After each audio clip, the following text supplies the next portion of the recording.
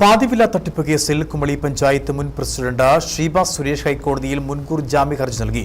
Kumily police register ചെയ്ത കേസിലാണ് മുൻകൂർ ജാമ്യ ഹർജി നൽകിയത്. ഹർജി 18-ന് പരിഗണിക്കാൻ മാറ്റി.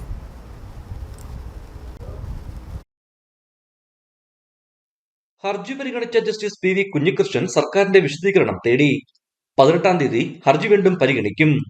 പാതിവിലയ്ക്ക് സ്കൂട്ടർ നൽകുമെന്ന് വാഗ്ദാനം ചെയ്യുന്ന പദ്ധതിയിൽ അനന്തകൃഷ്ണൻ തന്നെ കുമളി മേഖലയിൽ കോർഡിനേറ്ററായി നിയമിച്ചുവെന്ന് ഹർജിയിൽ ശിവ സുരേഷ് പറയുന്നു. ബിസിനസ് പിടിച്ചതിന് ഇൻസെന്റീവായി 4 ലക്ഷം രൂപയും തനിക്ക് നൽകി.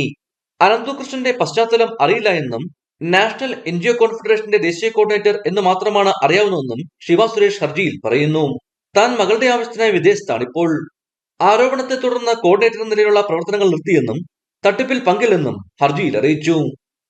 ഇടുക്കി വിഷൻ, കുമളി.